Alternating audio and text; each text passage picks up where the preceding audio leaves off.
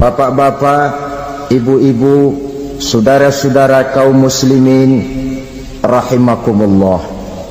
Dunia ini penuh dengan berbagai macam kesibukan. Sejak dari petani yang turun ke ladang, pedagang yang berangkat ke pasar, pelajar yang menuju sekolah, sampai kepada pegawai yang berangkat ke kantor, seluruhnya tidak lain untuk mencari sesuatu yang bernama bahagia. Setiap orang menginginkan kebahagiaan, dan tidak seorang pun menginginkan kesengsaraan dalam kehidupan ini. Namun nyatanya tidak setiap orang yang ingin bahagia mengetahui jalan yang harus ditempuhnya untuk sampai kepada kebahagiaan itu. Maka pada kesempatan pertemuan kali ini, saya ingin menyampaikan sebuah hadis dari junjungan kita baginda Nabi besar Muhammad sallallahu alaihi wasallam yang termuat dalam kitab Mukhtarul Ahadits An-Nabawiyah, di mana beliau bersabda, arba'un min sa'adatil mar'i. Ada 4 perkara yang merupakan tanda dari orang bahagia. Saya mau tanya, di antara saudara-saudara yang hadir di sini, apa ada yang kepengen jadi orang sengsara? Ya. Seluruhnya tentu ingin mendapatkan kebahagiaan.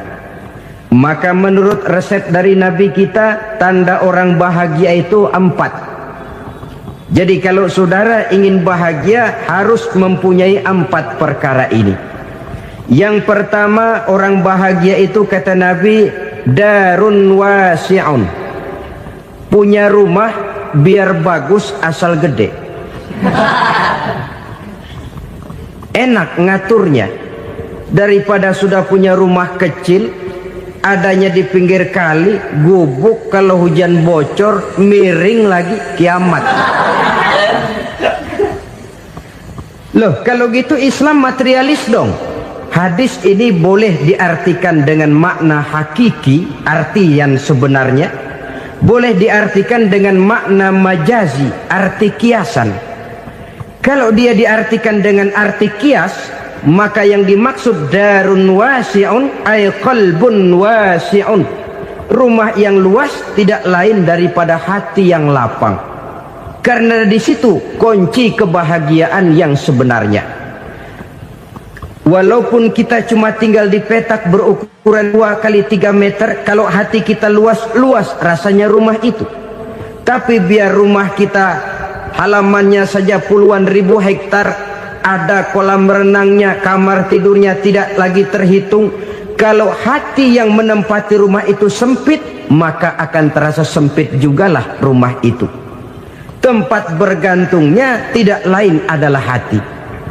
Marilah kita mencoba melihat berbagai pandangan orang tentang bahagia ini. Ada orang menyangka bahwa bahagia itu kalau dia mendapatkan harta yang sebanyak-banyaknya. Siapa yang banyak harta, dialah raja. Apa yang dia mau, seluruhnya bisa dibeli. Keamanannya, dia bisa menyewa petugas. Seluruh fasilitas untuk menyenangkan kehidupannya bisa dibeli. Pendeknya, hartalah segala-galanya dalam kehidupan. Sampai ada pepatah mengatakan, innad darahima fil amakini kulliha taksur rijala mahabatan wa jalala. Sesungguhnya harta, dinar, dirham, uang di mana-mana selalu bikin hebat orang yang memilikinya. Coba lihat, orang yang punya duit sama yang enggak punya duit, jangan gaya hidupnya, gaya jalannya aja lain. Wahia lisanun liman arada fasahatan, wahia silahun liman arada qitala. Uang adalah senjata yang paling ampuh bagi orang yang mau pergi perang, dan lidah yang paling fasih bagi orang yang mau bicara. Kalau bicara dengan lidah macet, cobalah bicara dengan harta, lancar. Sampai ada pepatah demikian, segalanya bisa diatur dengan harta. Maka di kalangan orang yang berpandangan semacam itu, seluruh kegiatan hidupnya hanya terfokus kepada bagaimana mengumpulkan harta yang sebanyak-banyaknya. tidak peduli halal haram, tidak kenal sore pagi siang dan malam, tidak sempat sujud, jauh dari agama, jauh dari kehidupan yang bersifat ruhaniyah, jauh dari Allah dan sebagainya, sampai dalam Al-Quran dikelompokkan dalam kelompok yang dinamakan lumazah. Allazi jama'a malahu wa 'addadah yahsabu anna malahu akhladah. Mereka mengumpul-ngumpulkan harta sebanyak-banyaknya dan menyangka bahwa harta yang banyak itu dapat mengekalkan hidupnya, mengekalkan kekayaannya, mengekalkan kebahagiaannya. Saudara hadirin yang berbahagia, kalau pandangan hidup ini benar, artinya kalau harta memang merupakan satu-satunya hal yang dapat membuat orang bahagia, tentu di rumah mewah tidak akan pernah ada tangis derita. Tentu di satu tempat di mana fasilitas hidup serba menunjang tidak ada yang namanya penderitaan. Tapi suka dan duka, sedih dan gembira, senyum dan tawa adalah milik setiap orang, baik dia punya harta maupun dia tidak punya harta. Nyatalah bahwa harta semata-mata bukan merupakan jaminan bahwa orang akan bahagia, walaupun tanpa harta orang sulit untuk bahagia. Saya mau cerita, ada orang super kaya, namanya Aristotle Onesimus, raja tanker Yunani. Dia punya kapal tanker saja konon sampai 11 banyaknya. Punya perusahaan penerbangan yang disebut Olympic Airlines. Punya hotel di berbagai kota besar di dunia ini, sejak dari New York, London, Paris, Rome dan sebagainya. Bahkan punya pulau yang dia namakan Pulau Scorpio. Ini kan namanya sudah kaya nggak tanggung-tanggung, punya pulau. Nah, dia punya 2 orang anak, yang satu laki-laki namanya Alexander, yang satu perempuan namanya Maria Onesimus. Seluruh harapannya tertumpah kepada anak lakinya Alexander ini, yang akan meneruskan usahanya, meneruskan kekayaannya, meneruskan dinastinya. Apa yang terjadi? Ternyata anak yang dia harapkan yang bernama Alexander ini mati muda dalam kecelakaan pada waktu dia olahraga. Apa olahraganya? Namanya olahraga anak orang kaya, golongan jet set. Olahraganya olahraga pesawat terbang. Jatuh, ya nggak kapungut, habis mati. Tinggal satu anak perempuannya, Maria Onesimus. Tapi anak perempuan ini juga malah urakan. Terakhir dia pacaran, bahkan kemudian kawin sama orang Rusia. Rupanya Aristotle Onesimus ini broken. Kekayaannya yang berlimpah ruah, perusahaannya yang begitu banyak, siapa yang akan meneruskan? Siapa yang akan menggantikan? Sampai kemudian dia mengurung diri di Pulau Scorpio dan mati di sana secara mengenaskan. Seorang multi jutawan, seorang yang super kaya, mati menyendiri di pulau sepi. Ibarat kata pepatah, anak ayam mati di lumbung. Bukan kekurangan makanan, keurugan makanan.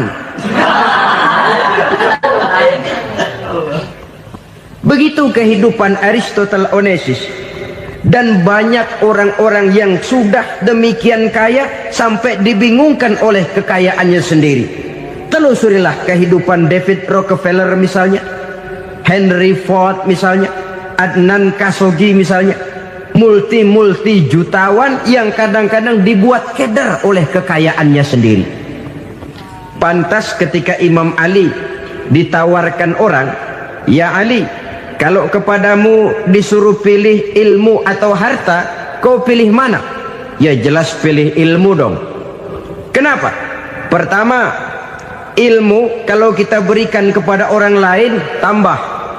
Tapi harta kalau kita berikan kepada orang lain kurang. Saudara punya uang 10.000, dibagi orang 5.000, jelas uang saudara berkurang.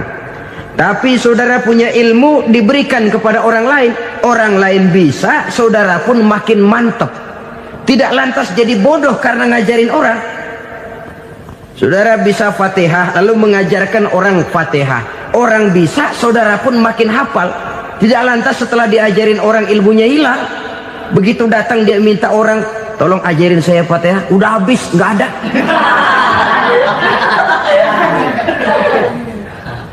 Yang kedua kata Imam Ali, ilmu menjaga kita. Kalau harta, kita yang harus jaga. Makin banyak ilmu, makin terpelihara diri seharusnya. Tetapi makin banyak harta, makin bingung kita jaganya. Sampai kadang-kadang kalau perlu seluruh keliling rumah dipasangi alarm. Belum cukup disewakan anjing besar-besar, pasang di depan pintu, awas anjing galak. Masih belum cukup juga, cari centeng tukang-tukang kepruk jaga rumah. Masih terasa belum aman, padahal rumahnya dikelilingi tembok besar. Di balik tembok ada pintu-pintunya tebal. Di balik pintu itu terbuka masuk kamar, kamar pun ada pintunya, pintunya pun kuat. Masuk ke dalam kamar ada lemari, lemarinya pun pintunya kuat, dikunci, kuncinya pun kuat. Tapi terhadap seluruhnya yang timbul cuma sekedar was-was saja. Kesimpulannya sekali lagi, tanpa harta orang memang sulit untuk bahagia. Tapi harta semata-mata tidak merupakan jaminan orang akan bahagia. Dengan hati yang luas, itu modal utama untuk mencapai kebahagiaan hidup. Orang yang hatinya luas, saudara-saudara, punya hati yang lapang, melihat kenyataan hidup ini, dia bersyukur senantiasa kepada Allah. Lantas tidak timbul hasud dan iri hatinya. Oleh karena itu, jiwanya selalu lapang. Kalau tidak, cupik hati namanya. Dangkal pandangan, tidak senang melihat orang lain dapat nikmat, dan itu sering dijadikan contoh. Kalau orang yang lapang dada, dia lihat tetangganya beli TV baru, dia berkata, alhamdulillah ya, tetangga kita beli TV, mudah-mudahan kita bisa ikut nonton. Lapang dadanya. Tapi orang yang sempit hati, lihat tetangga beli televisi, meriang. Enggak diapa-apain, meriang. Besoknya dengar tetangga beli motor, makin sakit, ke rumah sakit. Lalu di rumah sakit dengar tetangganya beli mobil, mati. Disiksa oleh perasaannya sendiri. Orang kalau hati sudah sempit dalam hidup, kemanapun dia pergi, sempit rasanya medan kehidupannya. Kemudian kita melihat juga ada orang yang menilai bahwa bahagia itu katanya kalau punya kedudukan yang tinggi, pangkat yang agung, wibawa yang besar. Mungkin betul, tapi mungkin juga tidak. Bergantung kepada hati orang yang punya pangkat itu. Sama dengan harta tadi. Harta akan membawa bahagia kalau dia jatuh ke tangan orang yang berhati lapang. Tapi harta akan jadi bencana kalau jatuh ke tangan hati orang yang sempit. Pangkat akan membawa bahaya kalau jatuh di tangan hati orang yang sempit. Lebih dari itu, kenyataan mengajarkan kepada kita bahwa ternyata pangkat dan jabatan tidak selamanya memberikan kebahagiaan dalam kehidupan. Bahkan resikonya kelewat besar. Beberapa bukti kita bisa ambil dari para pemimpin dunia yang menjadi korban lantaran pangkat dan jabatan yang disandangnya. Saudara ingat Presiden Abraham Lincoln dan John Kennedy dari Amerika? Dibunuh orang. Park Chung-hee dari Korea Selatan, Ziaur Rahman dari Bangladesh, Anwar Sadat dari Mesir, terakhir Indira Gandhi dari India, menjadi korban dari pangkat dan jabatan yang disandangnya dari orang-orang yang tidak senang dia memegang jabatan itu. Dia akan mudah mengundang bencana. Sehingga pantas kalau seorang presiden terkemuka Amerika, Harry Truman namanya, dia mengatakan jabatan presiden itu, kata dia, seperti orang nunggang macan, naik macan. Harus kita taiki, kalau enggak dia bakal nerekam kita, ngeri katanya. Adapun orang yang hatinya lapang, Kalau dia menerima pangkat dan jabatan, dianggapnya itu satu kesempatan untuk berbuat baik. Tapi orang yang berhati sempit, menerima pangkat dan jabatan, bukan kadang-kadang menerima, malah berusaha setengah mati mencapai dengan segala cara. Kalau perlu jilat atas, jilat atas. Jadi golongan sumuhun dawu. Jadi kelompok kulon nuwun, yes sir, yang kerjanya cuma oke bos. Kalau perlu jilat atas, jilat atas. Kalau perlu injak yang bawah, injak yang bawah. Perlu sikut kiri kanan, sikut kiri kanan. Yang penting pangkat dapat, jabatan dapat. Orang yang semacam ini, kalau sudah mempunyai pangkat dan jabatan, biasanya dia tidak menganggap itu sebagai amanah, tidak menganggap sebagai kesempatan berbuat baik, tapi malah kesempatan untuk memperturutkan hawa nafsunya yang dilatar belakangi oleh kesempitan hatinya tadi. Apalagi kalau orang memperoleh pangkat karena banyak mengeluarkan uang. Seakan-akan pangkat dan jabatan itu sekarang macam proyek, pakai tender. Siapa yang berani bayar segini, naik. Nggak berani, minggir. Padahal logikanya, kalau orang mencapai satu jabatan karena banyak mengeluarkan uang, hampir bisa dipastikan bahwa setelah jabatan itu dia pegang, langkah pertama yang akan dilakukannya ialah berusaha bagaimana uang yang dia keluarkan supaya kembali. Ya paling kurang pulang modal dulu dong. Soal mikirin rakyat soal nanti, tapi ini modal harus pulang. Itu celakanya kalau orang memperoleh pangkat dan jabatan cuma karena banyak mengeluarkan uang. Jarang orang yang mempunyai keyakinan dan pandangan bahwa pangkat dan jabatan merupakan amanah. Jadi sekali lagi, pangkat dan jabatan mungkin saja membawa kebahagiaan kalau jatuh ke tangan orang yang berhati lapang. Tapi bisa jadi bencana kalau dia jatuh ke tangan orang yang mempunyai hati yang sempit. Dan lagi-lagi stresnya hati yang lapang. Lalu sebagian orang, saudara, ada yang berpandangan katanya bahagia itu kalau jadi orang terkenal, mempunyai popularitas, menjadi idola di kalangan remaja, di kalangan orang tua, di segala lapisan masyarakat. Padahal makin populer orang, makin terikat dia. Ya kalau macam kita ini kan nggak punya nama, nggak populer, tengah malam buta mau nongkrong di warung Tegal aman. Tapi pangkat, jabatan, kedudukan, popularitas menyebabkan kita diikat dengan berbagai macam peraturan. Cuma mandi sama ke WC saja yang nggak dikawal.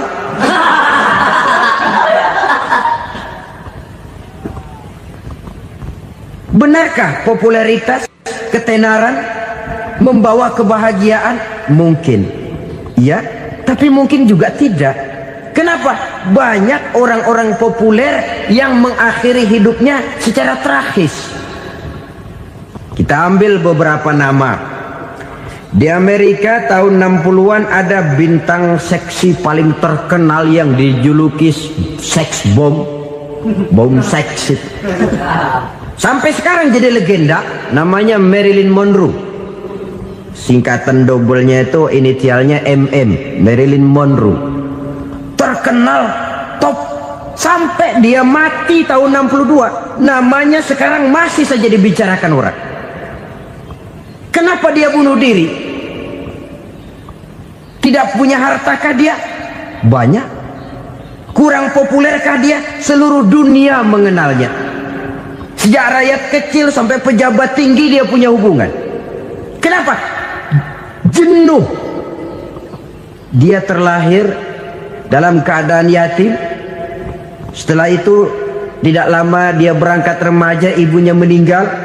Pindah dari wanita asuh ke wanita asuh sampai 12 orang ibu angkatnya. Dan kekecewaan yang paling parah, setiap laki-laki yang dekat dengannya hanya seperti kapal berlabuh. datang dan pergi silih berganti, padahal dia merindukan seseorang yang bisa melindungi hidupnya. Dia rindukan itu dan dia tidak pernah menemukan. Itu yang akhirnya menyebabkan dia minum pil tidur kelewat dosis, minum obat tidur kebanyakan, ya tidur terus sampai sekarang.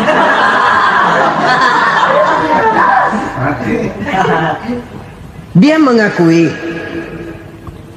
saya telah memiliki ketenaran, tapi saya tidak pernah hidup dalam ketenaran itu.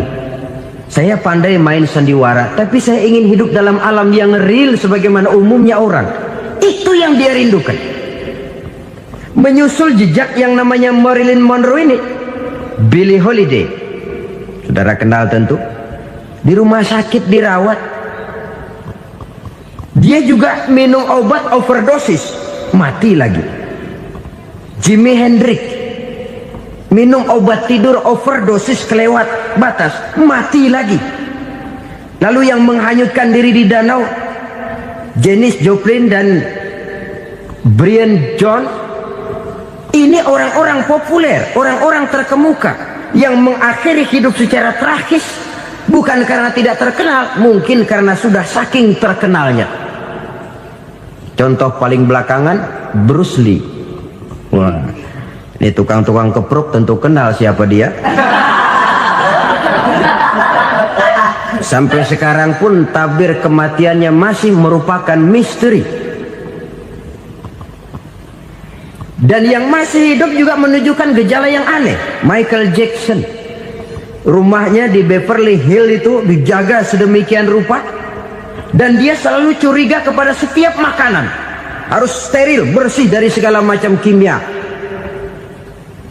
Kemana dia pergi, itu tukang-tukang keprok sudah selalu menjaga dan mengawal, dan dia seakan takut menunjukkan mukanya yang asli.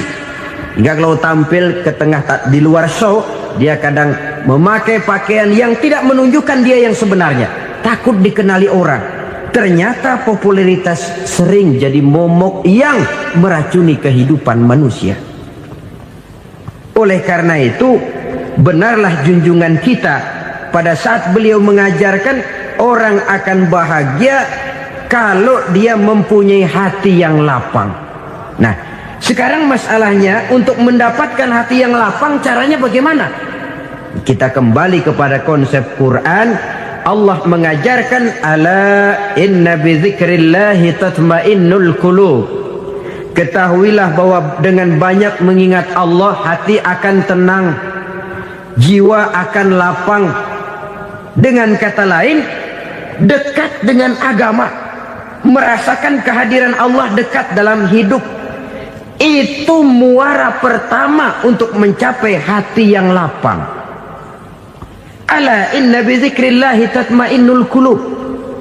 Jangan macam orang sekarang ingin mendapatkan ketenangan lalu tapak di puncak gunung, di gua-gua, di tempat sepi. Iyalah kalau nggak ada ular.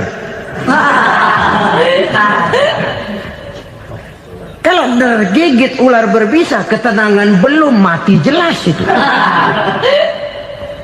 Islam positif untuk mendapatkan ketenangan. Ala inna bi dzikrillahi tatmainnul qulubi. Bahwa ketahuilah bahwa dengan banyak mengingat Allah, hati akan tenang, jiwa akan lapang, nuansa pikiran akan luas. Karena yang namanya bahagia ada dimanapun manusia berada. Di kampung ada bahagia, di kota ada bahagia, di ngarai, di lembah, di gunung, di hutan, di lautan, di angkasa luar, dimanapun bahagia itu ada kalau kita bermodalkan hati yang lapang ini. Dan hati akan lapang kalau kita dekat dengan agama. Dekat dengan harta buat sementara hati mungkin tenang, tapi ketenangan yang relatif dan temporer. Apalagi orang tiap kali tambah harta, tiap kali tambah rencana, itu wajar. Mungkin sebelumnya saudara berpikir, kalau punya duit 5.000 enak nih. Begitu punya duit 5.000, aduh sayang kalau 10.000 aja. Tiap kali tambah harta, tiap kali lain rencana. Makin banyak rencana, makin menjauhkan kita dari yang namanya ketenangan. Padahal ketenangan merupakan unsur utama untuk mencapai bahagia. dan ketenangan itu bermuara dalam hati manusia. Tengoklah kehidupan ini. Orang yang banyak harta dengan orang miskin, berbedakah rasa sakit yang mereka tanggungkan? Rasanya tidak. Walaupun si kaya tidur di kasur empuk berselimutkan sutra mahal, sementara si miskin meringkuk di balai bambu yang keras dan kasar. Apabila maut datang, dia juga tidak pernah pilih bulu. Maut datang menjemput si kaya di singgasana keemasannya, dikelilingi oleh para pengasuh, dayang dan idang serta para pengawal. Dan maut pun datang menjemput si miskin papa, sehingga ia tergelepar di tepian jalan. Kedua-duanya bernama mati. Kalau nyata bahwa sakit yang ditanggung si kaya tidak beda dengan sakit yang ditanggung si miskin, bukan harta semata yang membuat orang bahagia. Hati yang tenang, jiwa yang lapang penuh kedamaian karena banyak berzikir dan mengingat Allah, itu merupakan modal utama untuk mencapai sesuatu yang bernama bahagia.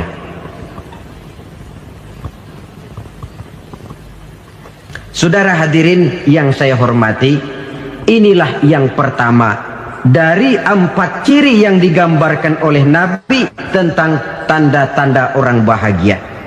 Dan harus berangkat dari yang pertama ini, hati yang lapang. Ini yang harus kita miliki lebih dahulu, baru nanti akan menyusul kepada poin yang ketiga, kedua dan selanjutnya. Sebab kalau hati sudah terisi dengan jiwa yang lapang, seluruh persoalan insya Allah akan bisa kita atasi dengan sebagaimana mestinya. Yang kedua sekarang, tanda orang bahagia menurut baginda Nabi, markabun syariah. Orang bahagia itu, kata beliau, punya kendaraan biar cepat asal lancar. Artinya kemana dia mau pergi mudah. Apa maksud hadis ini? Kalau kita kaji lebih dalam, kendaraan itu kan alat transportasi. Transportasi tidak lain adalah usaha memudahkan komunikasi. Pindah dari situ kepada teori bahwa manusia adalah zon political, makhluk bermasyarakat yang tidak bisa memenuhi kebutuhan hidupnya secara sendirian. Kita memerlukan keberadaan orang lain dalam kehidupan ini. Untuk memakai baju saja kita sudah perlukan petani yang tanam kapas, pabrik yang memintal kapas jadi benang, pabrik yang menenun benang jadi kain, sampai kepada mesin jahit, sampai kepada tukang jahit. Itu cuma untuk memakai pakaian saja. Tidak seorang pun di antara kita yang sanggup memenuhi kebutuhan hidupnya secara sendiri. Kita perlu orang lain. Maka kebebasan dalam arti mutlak, kebebasan tanpa batas, itu tidak mungkin ada dalam kehidupan. Karena kita mengadakan yang disebut interaksi sosial. Setiap kegiatan kita tentu melibatkan orang lain. Menurut kita barangkali kita bebas jalan di jalan raya semaunya, tapi orang lain berkendaraan pun merasa bahwa ini ada juga jalan haknya, dan begitu selanjutnya. Oleh karena itu, maksud dari kendaraan yang cepat ini adalah khulata'uhu ma'as solihin. Lingkungan pergaulannya terdiri dari orang-orang soleh. Pergaulannya luas. Kemana dia pergi ada temannya. Kesulitannya ada tempat dia cerita. Dan kesulitan kalau sudah diceritakan kepada orang lain, taruh kata orang itu tidak bisa menolong, namun menceritakannya kepada orang yang kita percayai, kan paling kurang sudah mengurangi beban jiwa, mengurangi tanggungan batin, merasa masih ada tempat kita cerita. Maka lebih baik orang awam yang mau bergaul ketimbang orang setengah alim tapi ngunci pintu. Sebab nantinya akan timbul sikap picik, cupik pandangan, dan tidak luas menghadapi kenyataan dalam kehidupan ini. Namun yang harus kita garis bawahi, pergaulan memang mesti luas. Namun jangan sekali-kali lupa bahwa pergaulan sangat besar pengaruhnya dalam ikut membentuk kepribadian manusia. Sehari-hari bisa kita bilang, Kalau kita dekat sama tukang minyak wangi, sekalipun nggak dibagi minyaknya, baunya tentu dapat. Betul? Betul. Tapi dekat sama tukang elas, walaupun nggak kena apinya, asapnya mesti kena. Kalau Syauqi mengatakan lebih jelas lagi, man asyaral asrafa asa musarrafan wa muasyiral anzali ghairu musarrafin. Awalam taral jildal hakira muqabbalan bisagri lamma sara jildal mushaf. Siapa yang bergaul dengan orang mulia, dia bakal ikut menjadi mulia. Tapi siapa yang berteman dengan orang hina, dia tidak bakal ikut menjadi mulia. Tidakkah kau lihat, kata Syauqi, kulit kambing yang hina pun dicium orang ketika menjadi kantong Quran. Kulit kambing hina, kalau dia sendirian gak ada yang mau cium. Tapi begitu dia bergaul dengan Quran, menjadi kantong Quran, dipakein minyak wangi, ditaruh di tempat yang tinggi, mau diambil dicium dulu, dibawa dengan penuh hormat dan hati-hati. Kulit kambing yang hina lantaran berteman dengan Quran, numpang mujur. Tapi coba lihat kalau kulit kambing berteman dengan kayu, jadi beduk, habis. Zohor dikemplang, asar dipukul. Itu pun sedikit saja, cuma salah milih teman. Yang temannya Quran dihormati orang, yang temannya kayu lantaran jadi beduk, gelap-gelap subuh orang udah kemplangin.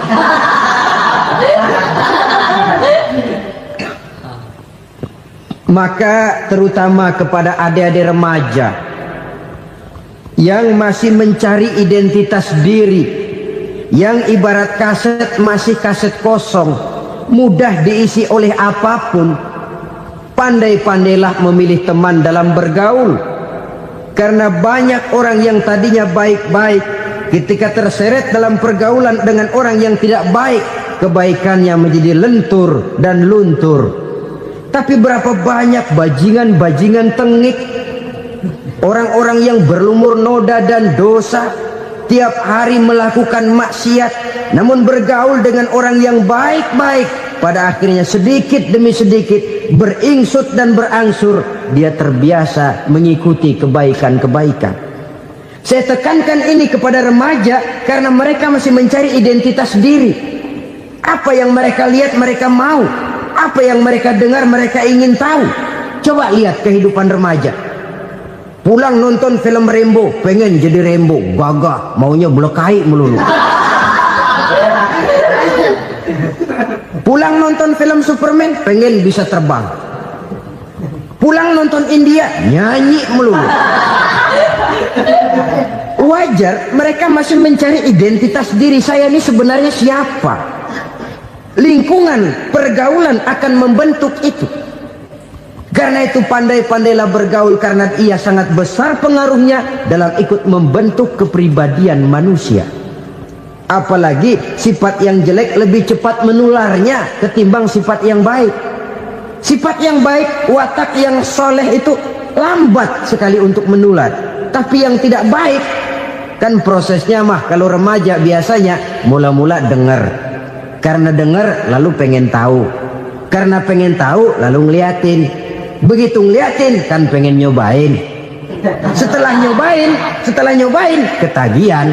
Nah ini prosesnya. Yang namanya ganja, morfin, narkotik, awalnya kan begitu. Mula-mula denger, katanya kalau sudah fly to the sky, sudah melayang ke langit, katanya disitulah puncak kebahagiaan. Mulanya cuma denger. Karena denger pengen tahu. Karena pengen tahu lalu ngeliat, kumpul sama orang yang suka ngeganja. Setelah ngeliat, nah pengen ngerasain. Begitu ngerasain enak juga, ketagihan. Kalau sudah ketagihan jadi penyakit kronis, bisa merembet kepada yang lain. Iya, kalau orang tuanya mampu untuk beli morfin, beli ganja. Kalau tidak kan pikirannya ngayap, jemuran siapa ya gue sabet. Timbullah perbuatan-perbuatan negatif yang bermula dari salah pergaulan. Apalagi buat adik-adik remaja yang tinggal di kota-kota besar, yang pengaruh budaya, pengaruh kesenian, pengaruh struktur kehidupan yang nampak makin individualistis, di mana persaingan tajam, tensi ekonomi tinggi, orang mudah mengalami stres. Pandai-pandailah dalam bergaul, sekali lagi, karena ia sangat besar pengaruhnya dalam ikut membentuk kepribadian manusia. Orang bahagia punya kendaraan yang cepat, artinya punya pergaulan yang luas, dan lingkungan pergaulannya terdiri dari orang-orang yang soleh. Kemana dia pergi ada teman, kesulitannya ada tempat dia cerita. Tapi kalau sudah menyendiri, hidup sendiri, kesulitan dipikiri sendiri, bisa mati belum waktunya. Tidak ada tempat berbagi rasa, tidak ada tempat bercerita, tidak ada tempat mengurangi beban dalam kehidupan. Pantas betul kalau Islam sangat menggalakkan dan menganjurkan orang kalau sudah sampai waktunya itu untuk melangsungkan nikah. Kata Nabi, ya ma'syaras syabab man istata'a minkumul ba'at falyatazawwaj. Hai para pemuda, kalau sudah mampu memberi nafkah, kawinlah, nikahlah kamu. Kenapa? Sudah ada teman hidup, tempat berbagi rasa. Kesulitan kalau ada tempat cerita akan lebih ringan ketimbang kita telan sendiri, walaupun bobot kesulitannya sama beratnya.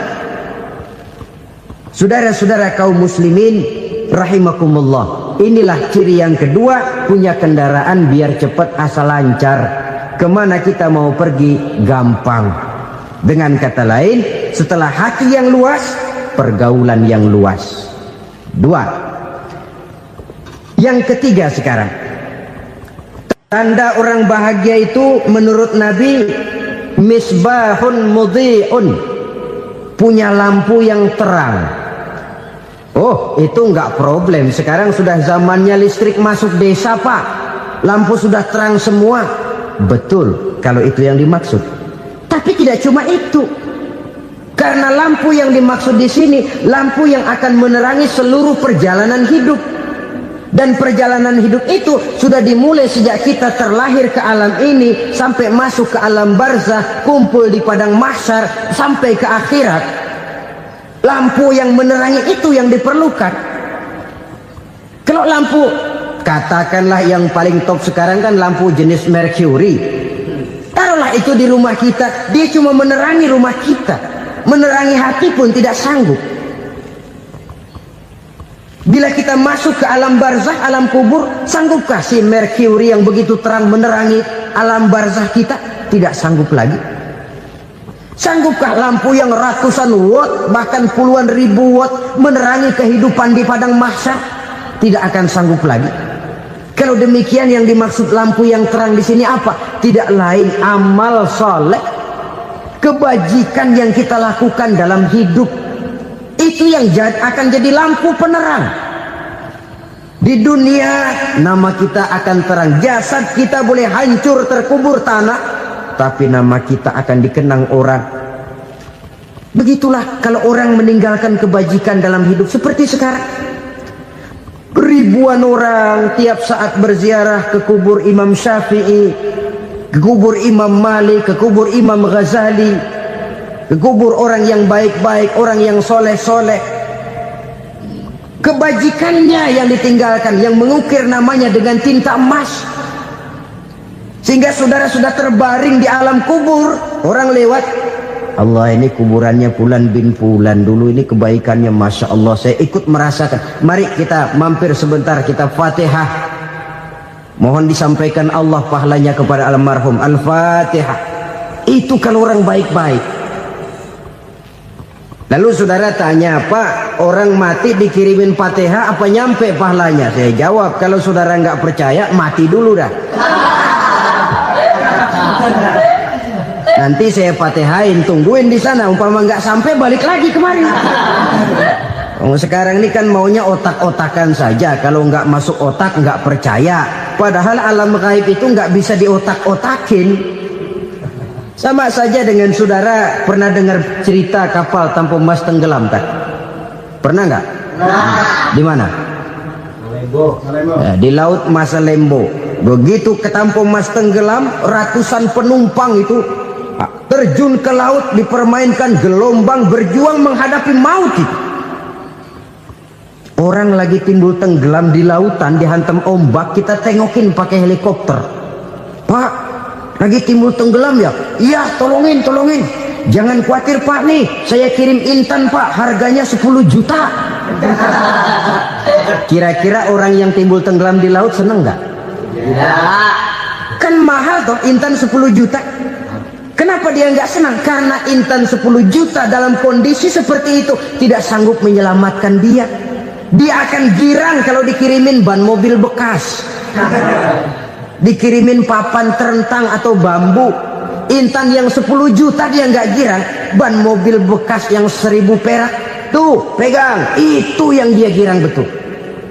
Inilah sebabnya Nabi berkata, mal mayyitu fi qabrihi illa kal ghariqil mutaghawwis. Orang yang meninggal di alam kuburnya seperti orang timbul tenggelam di lautan. Yantaziru da'watan min ahli, menunggu doa dari keluarganya yang masih hidup. Duh, bapak saya sudah meninggal, saya sayang benar sama dia. Kirimin kulkas ke kuburannya Itu sama saja dengan tadi orang tenggelam di lautan dikirimi intan yang harganya 10 juta, tidak sampai. Begitulah kalau kebajikan yang kita tinggalkan dalam hidup, sudah mati pun kubur kita masih diziarahi orang.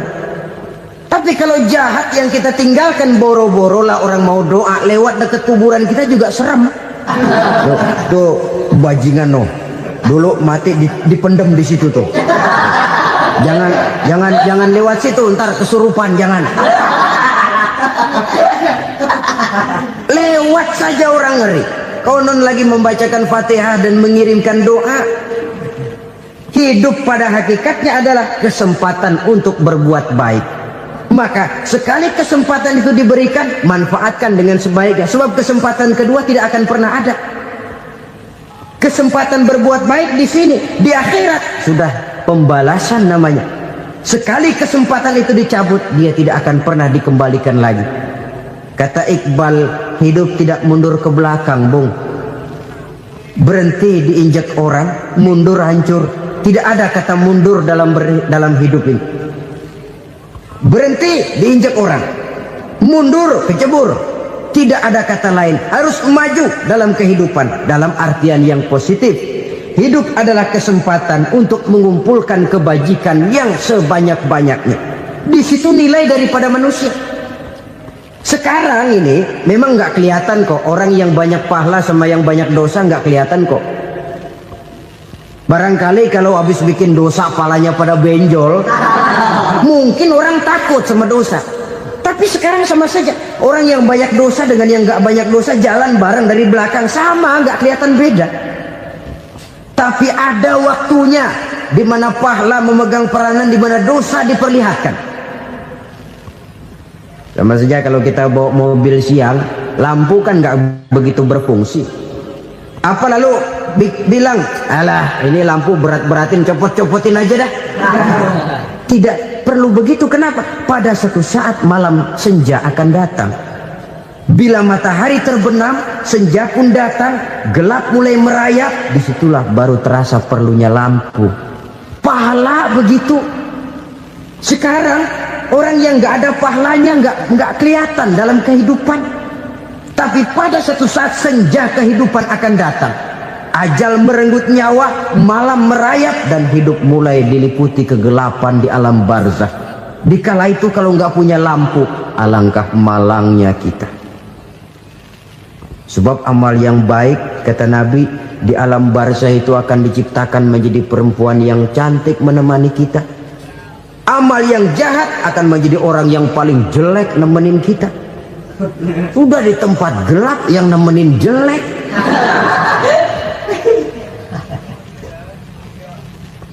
Kaum muslimin rahimakumullah. Kalau demikian masalahnya, tergantunglah kita pandai memanfaatkan waktu. Al-waktu kasayf, waktu itu cepat sekali. Yang namanya waktu itu tahu-tahu. Tahu-tahu udah tahun 87. Tahu-tahu udah begitu. Tahu-tahu yang kemarin anak-anak, sekarang udah pada punya anak. Tahu-tahu saja itu. Begitu cepat waktu berlalu. Kalau tidaklah pandai kita memanfaatkannya, akan rugi kita. Nabi bersabda, "Man kana yaumuhu khairun min amsihi fahuwa rabih." Barang siapa yang hari ini lebih baik daripada hari kemarin, itu orang untung. Hari ini lebih baik daripada kemarin. Bulan ini lebih baik dari bulan kemarin. Tahun ini lebih baik dari tahun kemarin. Itu orang yang beruntung. Tahun kemarin sembayangnya maghrib doang, sekarang udah tambah isya. Tahun kemarin cuman Idul Fitri aja ngancem bener, sekarang udah tambah Jumat, lalu tambah lagi maghrib, tambah lagi isya, dan selanjutnya. Hari ini lebih baik daripada kemarin, itu orang yang beruntung. Wa man kana yaumuhu mislu amsihi fahuwa khasir. Lalu barang siapa yang hari ini sama saja dengan hari kemarin, itu orang rugi. Hari ini sama dengan kemarin, rugi itu. Bulan ini begitu, bulan kemarin begitu, tahun ini begitu, tahun lalu juga begitu. Rugi itu orang. Rugi apa? Rugi umur. Umur tambah, amalan gak pernah tambah. Dan saya pikir lebih merupakan azab ketimbang nikmat kalau orang dikasih panjang umur cuma untuk numpuk dosa. Mending mana? Panjang umur banyak dosa sama pendek umur dikit dosa? Mending mana? Mending mana? Ya, paling mending tentu panjang umur banyak pahala. Tapi kalau tidak, sekali lagi, lebih merupakan azab ketimbang nikmat kalau orang diberikan panjang umur tapi cuma untuk sekedar menumpuk dosa. Kehilangan kesadaran bahwa dunia bukan terminal akhir dari satu perjalanan. Dia cuma halte di mana kita berhenti sebentar untuk menuju kepada terminal yang hakiki. Saudara-saudara kaum muslimin rahimakumullah, inilah lampu yang akan menerangi kehidupan, amal yang kita lakukan di dalam kehidupan. Jadi yang dimaksud dengan lampu yang terang, kebajikan yang kita kerjakan dalam hidup. Nah, setiap orang di awal tadi saya bilang ingin bahagia. Bahagia itu kan hakikatnya kumpulan senang dan selamat. Senang, selamat. Apa bedanya? Senang tapi tidak selamat, nggak bahagia. Selamat tapi nggak senang, nggak bahagia orang. Contoh, kalau orang korupsi, duitnya banyak, senang dia, tapi keselamatannya. Ada tentara baris di samping rumahnya udah bingung, padahal tentara latihan. Tentara cuma latihan, dia bingung. Senang, tapi karena keselamatannya tidak terjamin, dia tidak bahagia. Sebaliknya pegawai negeri jujur benar, cuma segaji-gajinya, selamat nggak korupsi tapi melarat, ya nggak bahagia juga, kurang senang. Kesenangan dan keselamatan untuk dunia saja, ya sekali lagi, kalau cuma sekedar untuk dunia saja, bisa dibeli pakai uang, bisa dibeli pakai uang. Saudara ingin selamat, bisa dibeli pakai uang. Saudara ingin senang, bisa dibeli dengan uang. Tapi setelah mati masuk ke alam barzah, habis kekuasaan uang.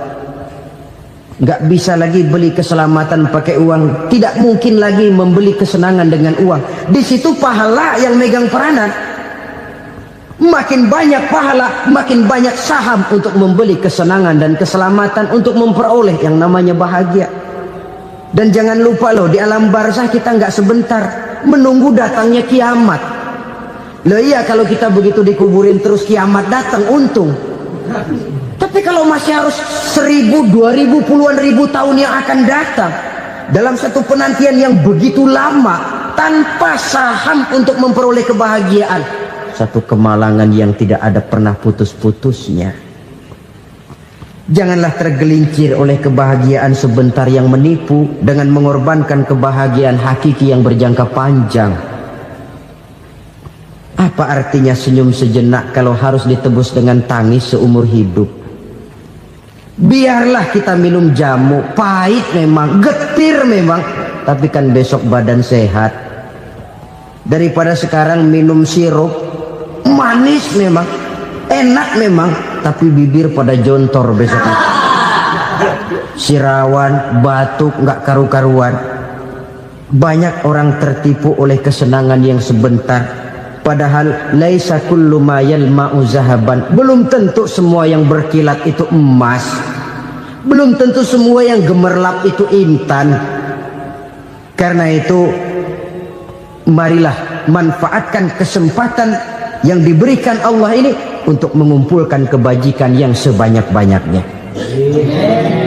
Yang terakhir sekarang, yang keempat, tanda orang bahagia kata Nabi. Zaujatun salihah. Orang bahagia itu tanda yang keempat kata Nabi, punya istri biar cakep asal taat. Sudah surga itu gitu. Cakep taat. Istri kayak gitu, kalau belum mati jangan dikuburin dulu. Sudah cakep taat lagi. Tapi kadang-kadang enggak, udah jelek ngadat melulu. Apa yang mau dipilih? Sebab itu Quran mengatakan istri pakaian untuk suami, suami pakaian untuk istri. Kenapa suami istri diibaratkan pakaian? Alangkah tingginya gaya bahasa Quran ini. Suami istri teman hidup, hidup perjalanan panjang. Sejak kita dalam rahim sudah ada hidup kan di sini. Sampai ke alam dunia, masuk ke alam barzah, kumpul di padang mahsyar, sampai menuju akhirat, itu perjalanan hidup. Carilah istri atau suami teman hidup yang membawa manfaat tidak hanya kehidupan di dunia ini, sampai di alam barzah, sampai di padang mahsyar. Suaminya mungkin meninggal lebih dulu atau istrinya mungkin meninggal lebih dulu, tapi suami atau istri yang masih hidup berbuat kebajikan. Suami saya meninggal, ada hartanya, saya sedekahkan, niat pahala untuk almarhum suami saya. Ini teman hidup, tidak dibatasi dan tidak bisa dipisahkan oleh maut sekalipun. Zohirnya mungkin pisah, badannya mungkin pisah, tapi hatinya, jiwanya, kebersamaannya dalam menghadapi kehidupan. Karena itu saudara-saudara, bahasa Quran indah. Suami istri diibaratkan seperti pakaian. Apa fungsi pakaian? Pertama, pakaian jadi kebanggaan. Artinya suami harus menjadi kebanggaan istri, istri harus jadi kebanggaan suami. Yang kedua, pakaian itu kan fungsinya menutup aurat. Artinya sesama suami istri harus saling menjaga kekurangan masing-masing. Jangan malah sesama suami istri saling membongkar rahasia dan aibnya sendiri-sendiri. Istrinya diceritain jeleknya di mana-mana, atau suaminya dibongkar rahasianya di pasar umum. Itu sudah tidak lagi berfungsi sebagai pakaian. Kenapa semua ini diperlukan? Karena kita menyadari bangsa yang baik terdiri dari masyarakat yang baik. Masyarakat yang baik merupakan susunan dari warga yang baik. Warga yang baik adalah terdiri dari rumah tangga yang baik. Dan rumah tangga yang baik merupakan susunan dari pribadi yang baik. Dari situ langkah dimulai. Membangun satu bangsa yang baik diawali dengan membangun rumah tangga yang baik, dengan menciptakan pribadi-pribadi yang baik. Sehingga dari sini diharapkan berkembanglah nilai-nilai kebaikan. Orang akan bahagia mempunyai istri yang soleh. Kenapa? Tidak ada seorang suami bisa sukses jadi apapun dia, apapun profesinya. Dokterkah, kiaikah, mubalikah, petanikah, pengusahakah, pejabat tinggikah, tidak ada seorang suami yang bisa sukses tanpa peran serta istrinya. Walaupun memang peranan itu tidak begitu kelihatan, tapi sangat menentukan. Karena itu, saudara hadirin yang saya hormati, Islam sangat menghargai kaum wanita, memberikan kedudukan yang tinggi sepanjang tidak mematikan kodrat kewanitaannya. Nah, kalau sudah kesuksesan ini diawali dari rumah tangga, karier di masyarakat mudah untuk dikejar. Tapi keberantakan di rumah tangga merupakan kegagalan pertama di tempat lain. Nah, inilah saja yang dapat Al-Fakir sampaikan pada pertemuan kali ini. Selalu berusaha menyimpan sesuatu yang bisa membawa manfaat. baik untuk dirinya, untuk anak cucunya, maupun untuk keluarganya, untuk masa kini dan masa depannya. Kadang simpanan itu berbentuk uang, kadang berupa tanah, lain saat berbentuk pabrik, dan lain sebagainya. Sementara masa depan yang paling pasti adalah akhirat. Jika untuk masa depan dunia kita rela memeras keringat, membanting tulang, pergi pagi dan pulang petang, menyimpan uang, menyimpan tanah, menyimpan pabrik, pernahkah kita merenung jika satu saat kiamat datang, kita dibangkitkan dari kubur masing-masing, berdiri di padang mahsyar untuk mempertanggungjawabkan seluruh kegiatan hidup kita di dunia ini, lalu kita akan menuju ke alam akhirat. Sudahkah kita mempunyai simpanan untuk akhirat kita? Pada pertemuan kali ini saya ingin menyampaikan sebuah hadis di mana Rasulullah sallallahu alaihi wasallam bersabda, "Arba'un min kanzil jannah." Simpanan sorga ada 4 macam. Yang pertama, ikhfa'us sadaqah, menyembunyikan sedekah. Saudara-saudara kaum muslimin, sebagaimana yang kita maklum bahwa Allah Subhanahu wa taala melebihkan sebagian rezeki dari kita terhadap yang lain. Ada yang kaya, ada yang setengah kaya, ada yang miskin, ada yang setengah miskin, dan selanjutnya. Ada yang gajinya kecil tapi penghasilannya gede. Ada yang penghasilannya gede tapi nggak punya gaji. Ada juga yang memang gajinya gede dan penghasilannya gede. Kelebihan rezeki merupakan sunnatullah dan tidak harus membuat kita merasa lebih dari yang lain. Bahkan sebaliknya, kelebihan itu harus membuat kita ringan tangan untuk menolong mereka yang memang memerlukan pertolongan. Kalau saudara diberikan ilmu, maka pertanyaan akhirat cuma satu: ilmumu kau amalkan untuk apa? Kalau saudara diberikan umur yang panjang, pengadilan akhirat juga bertanya satu: umurmu kau habiskan di mana? Tapi kalau saudara diberikan harta, pengadilan akhirat akan bertanya dua: hartamu kau dapat dari mana? Kau belanjakan kemana? Dari mananya ditanya, dan kemananya juga ditanya. Oleh karena kita akan dimintakan pertanggungan jawab, maka amanah yang bernama harta ini harus kita gunakan dengan sebaik-baiknya. Ada penggunaan yang merupakan kewajiban, itu zakat namanya. Ada penggunaan yang sewaktu-waktu, itu infak namanya. Ada yang lebih sewaktu-waktu lagi, dan itu sedekah namanya. Zakat dia terikat oleh haul dan nisab, oleh putaran batas waktu dan ukuran dari harta itu sendiri. Sedangkan infak terikat oleh situasi dan kondisi perekonomian seseorang. Sedangkan sedekah tidak terikat dengan apapun. Dalam kondisi seperti apapun kita bisa melakukan sedekah dengan yang terkecil sekalipun. Sampai-sampai Rasulullah sallallahu alaihi wasallam mengajarkan, la tahqiranna minal ma'rufi syai'an walau an talqa akhaka biwajhin talik. Atau ada hadis, tabassumuka fi wajhi akhika laka shadaqah. Senyumanmu kepada temanmu adalah sedekah.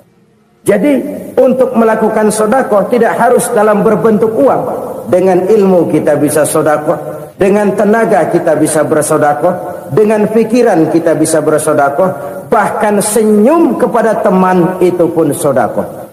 Jadi kalau sedekah dengan uang memang belum punya uang, nyengir aja banyakin. Itu asal pada tempatnya, jangan lalu ketemu tiang listrik cengengesan. Tentu tidak pada tempatnya dan tidak wajar. Nah, sedekah yang paling dicintai Allah adalah sedekah yang disembunyikan. Artinya jauh dari sifat riya. Kan kadang-kadang ada orang Sedekah itu disebutkan namanya. Apa tidak bagus? Kalau memang niatnya ikhlas, ya bagus-bagus saja. Untuk memberikan sugesti kepada yang lain. Si Fulan bin Fulan nyumbang sekian, diumumkan. Boleh kalau niatnya untuk memberikan rangsangan kepada yang lain supaya dia menyumbang lebih besar dari orang tadi. Tapi kalau itu mendatangkan riya, maka sedekah yang paling dicintai Allah adalah sedekah yang disembunyikan. Tangan kiri saja tidak tahu apa yang diberikan oleh tangan kanan. Sedekah yang dilakukan dengan ikhlas akan merupakan perbendaharaan surga, tersembunyi dari pandangan orang lain, tidak seorang pun tahu.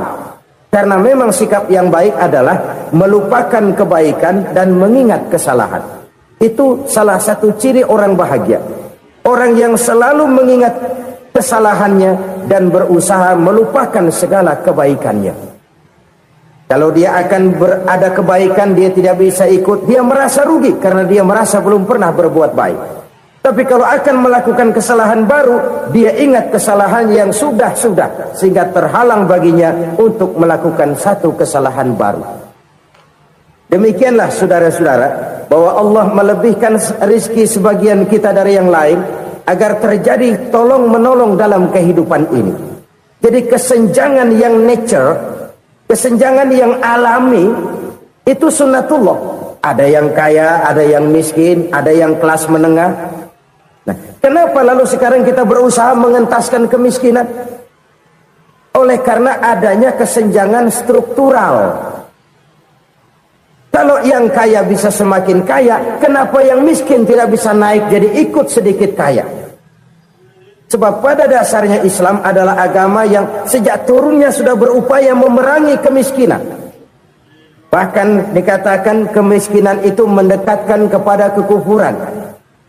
Orang kalau miskin udah dekat banget sama kafir. Gampang menjadi kafir. Berapa banyak saudara-saudara kita yang oleh karena soal perut, oleh karena soal materi, terpaksa meninggalkan dan menanggalkan akidahnya.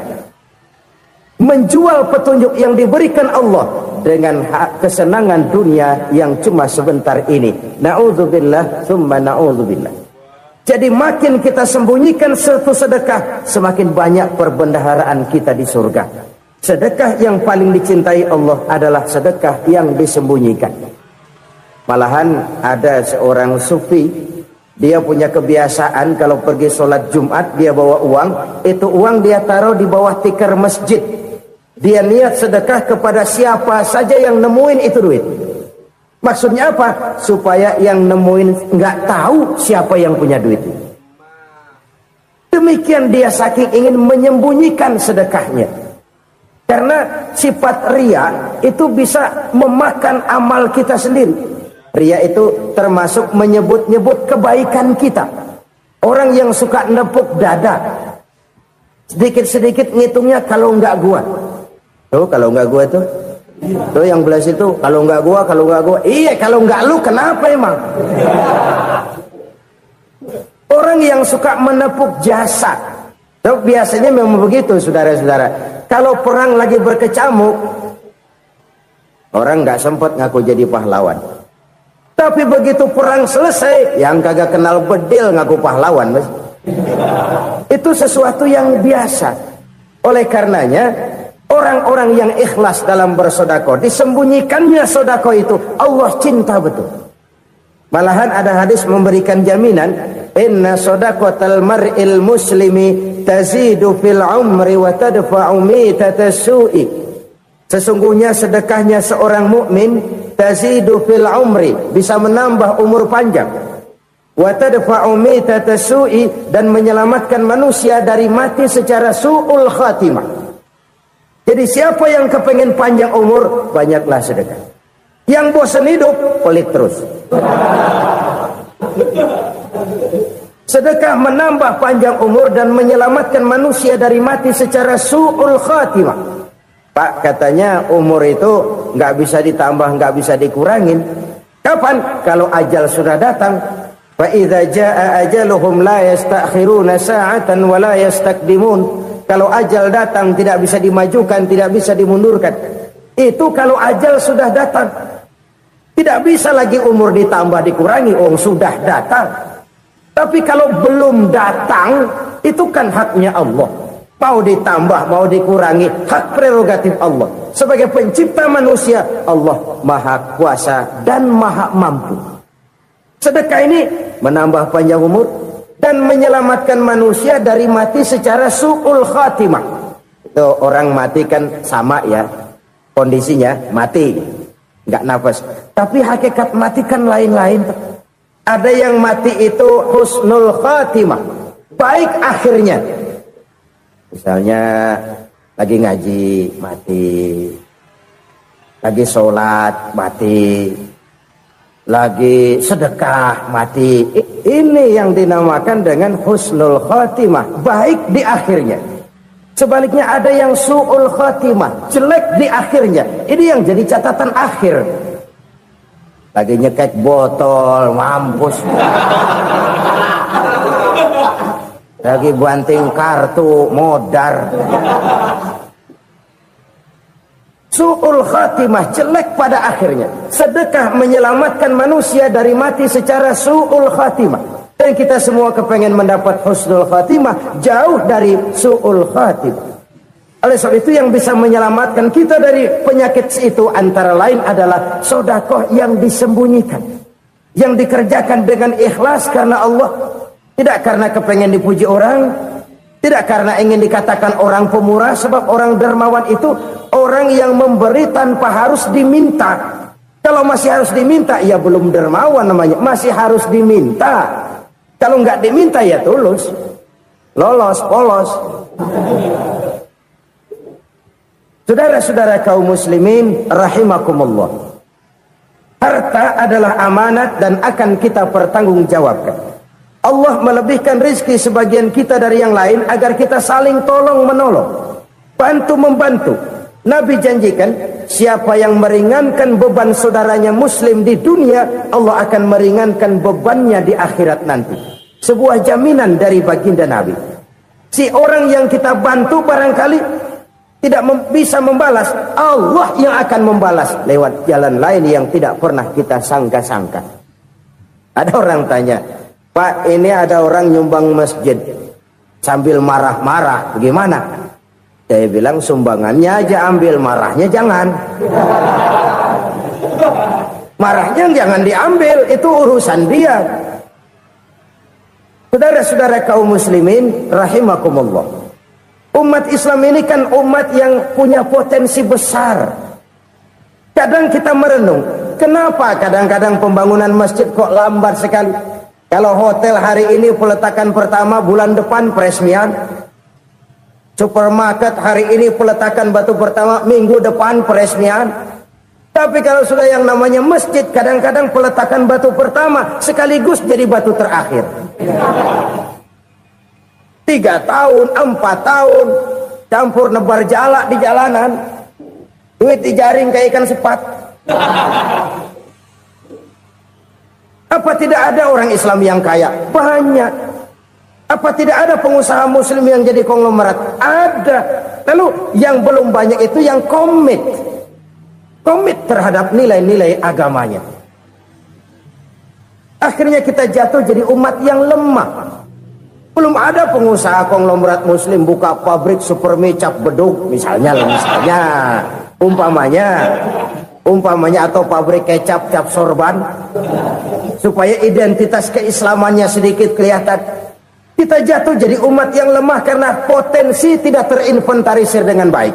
Kita ini ibarat kompor yang cuma matengin nasi orang lain. Potensi kita dimanfaatkan oleh orang lain. Ukhuwah Islamiyah kita baru terbatas kepada silaturahmi. Ukhuwah di bidang ekonomi kita lemah, ukhuwah di bidang kebudayaan kita lemah, apalagi ukhuwah di bidang politik kita lebih rapuh lagi. Padahal ukhuwah itu adalah totalitas kehidupan manusia, menyangkut ipolek sosbud, memerlukan nilai-nilai ukhuwah. Jadi oleh karena itu mari kita menyadari di dalam harta kita, walaupun kita yang cari, pergi pagi, pulang sore, peras keringat, banting tulang, di sana ada harta anak yatim. Di sana ada hak masjid. Di sana ada hak pesantren. Di sana ada hak jihad. Berbahagialah seseorang apabila dia oleh Allah dijadikan keran. Keran itu menyimpan air, tapi tidak untuk dirinya, tapi disalurkannya kepada mereka yang memang memerlukannya. Saudara-saudara kaum muslimin rahimakumullah, ini yang pertama. Jadi perbendaharaan surga adalah menyembunyikan sedekah. Orang lain nggak tahu, kita pun nggak pernah ngitung-ngitung. Kita anggap lewat begitu saja, padahal itu deposit akhirat. Satu. Yang kedua, perbendaharaan surga itu apa? Wa kitmanul musibah, menyembunyikan kesulitan. Kadang orang takut menghadapi kesulitan, tapi makin kita merenung, hidup ini kan sebenarnya urusan. Takut sama urusan, ya jangan hidup. Tandanya orang hidup itu kalau punya urusan. Urusan melupakan problem. Problem sering menimbulkan kesulitan. Kesulitan bukan untuk ditakuti, tapi untuk diatasi dan dicarikan jalan keluarnya. Siapa sih orangnya yang nggak pernah sulit-sulit? Makin tinggi status sosialnya, makin gede urusannya. Makin tinggi kualitas imannya, makin berat tingkat kesulitannya. Cuma memang yang namanya enak itu seperti pelangi. Biang lala itu nggak pernah di atas kepala kita, di atas kepala orang melulu. Lo sih enak lo, kata kita. Dia juga bilang yang enak kan lo. Pelangi itu nggak pernah di atas kepala kita. Kata tukang beca, aduh enak ya naik Mercy. Kata tukang beca, apa yang di dalam mobil Mercy? Aduh enak bener tukang beca, di jok ngeringkuk ngorok pulas bener. Saya kamar pakai AC sejuk, tempat tidur sutra, empuk, alga, spring bed, kulak kulik nggak bisa pulas kalau belum minum Valium, belum tidur. Enak bener tukang beca, di jok ngorok nggak tahu wetan kulon. Si tukang beca bilang yang di Mercy enak, yang di Mercy bilang tukang beca enak. Inilah enak, nggak pernah di atas kepala kita, di atas kepala orang lain melulu enak itu. Nah, saudara-saudara, yang merupakan perbendaharaan surga itu orang yang bisa menyembunyikan kesulitan, baik pribadi ataupun rumah tangga. Nih terutama rumah tangga yang jadi soalnya. Kadang-kadang kita ini kalau senang, sebaliknya kalau senang kita diam, kalem aja, cuek.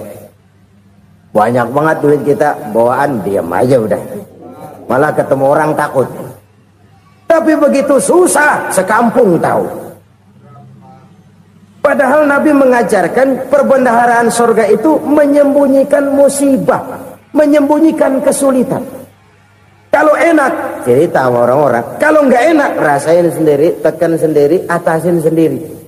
Kita kan sebaliknya, senang kita diam, asal lagi susah, paling tidak kita nyari teman buat cerita kesusahan. Siapa orangnya yang nggak pernah susah? Cuma soalnya bagaimana kita mengatasi kesusahan itu sendiri.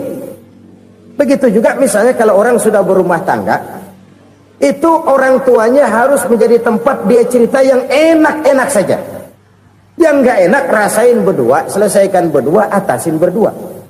Jangan dibalik. Asal senang diam, giliran susah saja. Maknya laporan. Terbalik. Bisa menjaga security informasi. Maka nama bayam keluar diam, malah seluitan. Enak amat lo makan daging ayam. Security informasi. Saudara-saudara kaum muslimin rahimakumullah, ujian yang terberat itu yang pernah diberikan kepada para nabi, para rasul, para aulia, para ulama. Makin tinggi keimanan, makin berat bentuk kesulitan. Ayo saya kemukakan satu contoh saja. Ada seorang nabi yang kaya, nabi kaya, namanya Nabi Ayub. Iblis kalau orang begini kan keki, ibadahnya rajin, kaya. Nih yang kayak begini susah digodain. Kalau ibadahnya rajin, miskin, kali bisa disogok. Sini imannya mantap, ibadahnya rajin, kaya, nabi lagi. Oh, tapi namanya iblis, nggak kurang akal. Laporan, Tuhan, kenapa Les? Ya ini bahasa saya, bahasa Qur'annya sih nggak gitu. Itu hambamu yang namanya Ayub, dia rajin ibadah cuma karena dikasih kaya aja. Coba kasih miskin dia, berhenti dia sembahyang. Ah, kamu bisa aja. Saya tahu Ayub itu hambaku yang ikhlas. Saya buktiin Tuhan, silahkan. Dibuktiin lah, iblis turun ke alam ini. Yang mula-mula dia lakukan, dia rusak sawah ladang Nabi Ayub. Dia binasakan binatang ternak Nabi Ayub. Sehingga dalam waktu singkat, jatuhlah Nabi Ayub dari orang paling kaya, jadi orang paling miskin. Beliau masih ibadah di mihrab dalam masjid. Datang iblis. Saudara Ayub, ya, lagi ngapain? Ibadah. Nyembah Allah, nyembah Allah. Oh, percuma. Kenapa? Tuhan yang ente sembah nih, dia udah bikin miskin ente. Sawah ladang ente hancur lebur, binatang ternak binasa. Sekarang ente jadi orang paling miskin. Ngapain nyembah Tuhan kayak begitu? Tekor. Udah berhenti dah ibadah, berhenti ibadah. Ini iblis sama Tuhan lapornya lain, yang dikerjakan kepada Nabi Ayub juga lain. Benar begitu iblis, kata Nabi Ayub. Iya, sawah ladang saya habis, buras. Binatang ternak saya binasa, binasa. Saya miskin, bangpak. Apa jawab Nabi Ayub? Bukan innalillahi, ini hebat. Alhamdulillahillazi a'tani wa akhza minni. Segala puji bagi Allah yang telah memberikan harta kepada saya dan sekarang mengambilnya lagi. Alhamdulillah. Allah yang ngasih, Allah yang ambil. Itu mah urusan Allah. Iblis cuman ibadah jalan terus, sujud lagi Nabi Ayub. Iblis seleher gondok banget. Dasar Nabi nggak mempan dia apa-apain. Miskin malah alhamdulillah. Allah yang ngasih, Allah yang ambil. Jadi kalau kita tidak komit, kita tidak terikat kepada kaya, miskin, senang, susah, apa yang bisa bikin kita susah? Jadikan kekayaan, kemiskinan, jadikan senang, susah sebagai anak buah yang bisa kita atur. Jangan kekayaan ngatur kita, jangan kemiskinan ngatur kita. Kita yang harus mengatur mereka. Senang, susah, kaya, miskin, bahagia, sengsara, jadikan itu anak buah yang bisa kita atur. Kalau sekarang kita kaya, lain saat boleh jadi kita miskin, semiskin-miskinnya. Allah yang ngasih, Allah yang ambil. Tenaga mana yang bisa menghalangi? Ibadah jalan terus. Iblis makin gondok. Dasar Nabi loh. Akhirnya apa? Nabi Ayub dikerjain, diberikan penyakit. Demikian fatal penyakitnya. Bayangin, udah miskin sakit. Masya Allah. Miskin sakit. Sakitnya nggak lama, kira-kira 16 tahun. Istrinya 3, 2 mental minta ceraiin. Ngerawatin laki bengek begini. Senang belum tentu, susah udah pasti nih. Cerai aja, cerai dah. Cerai. Tinggal satu Siti Rahmah yang setia menemani beliau. Sesetia-setianya hati perempuan. Satu saat Siti Rahmah bilang, "Bang, ya, abang kan Nabi, Bang. Lalu, namanya Nabi kan doanya jarang meleset, Bang. Maksud kamu minta kenapa sih sama Tuhan biar abang sembuh baik dah, Bang?" Siti Rahmah, "Iya. Saya sakit berapa tahun sih dah?" 16 tahun, Bang. "Sebelum ini saya sehat berapa tahun?" "Ya kira-kira 60 tahun, Bang." "Nah, coba ente banding-bandingin, Rahmah. Saya dikasih sehat 60 tahun, dikasih sakit 16 tahun. Sudah nggak sabar mau doa kepada Allah minta sembuh. Saya malu kepada Allah. Diuji dengan yang luar biasa seperti ini, tidak mengganggu stabilitas kehambaannya. Dia tetap menghamba kepada Allah Subhanahu wa ta'ala." Saudara-saudara kaum muslimin rahimakumullah. Kunci menghadapi kesulitan itu apa? Allah jelaskan dalam satu ayat, "Wa basyiris sabirin alladzina iza asabathum musibah qalu inna lillahi wa inna ilaihi raji'un." Gembirakan orang-orang yang sabar. Siapa mereka itu? yang apabila mendapat musibah mereka kembali kepada keyakinan dasar segalanya dari Allah dan segalanya akan kembali kepada Allah. Ini konsepsi dasar dari sikap muslim dalam menghadapi berbagai kesulitan. Segalanya dari Allah, segalanya akan kembali kepada Allah. Kalau ini sudah kondisi dasarnya, maka kita akan lapang menghadapi kenyataan bagaimanapun pahitnya. Apakah itu namanya miskin, apakah itu namanya sakit, bahkan maut sekalipun. Maut sekalipun. Segalanya dari Allah, segalanya akan kembali kepada Allah. Ini sikap hidup, bukan sekedar ucapan. Kita kadang-kadang menjadikannya sebagai ucapan. Mulutnya sih nggak berhenti, innalillahi wa inna ilaihi rajiun, tapi nangisnya terus gerung-gerungan. Bukan itu, ini kesadaran moral. Kalau segalanya dari Allah, segalanya kembali kepada Allah, kan sebenarnya cuma nunggu giliran. Hari ini saya nyembayangin dia, entah hari apa saya disembayangin orang. Hari ini saya antar dia ke kubur, entah hari apa orang nganterin saya ke kubur. Hari ini saya tahlilkan dia, entah nanti kapan orang tahlilkan saya. Segalanya dari Allah, segalanya akan kembali juga kepada Allah. Oleh sebab itu saudara-saudara, kesulitan bukan untuk ditakuti. Kesulitan justru untuk diatasi. Dicarikan jalan keluar.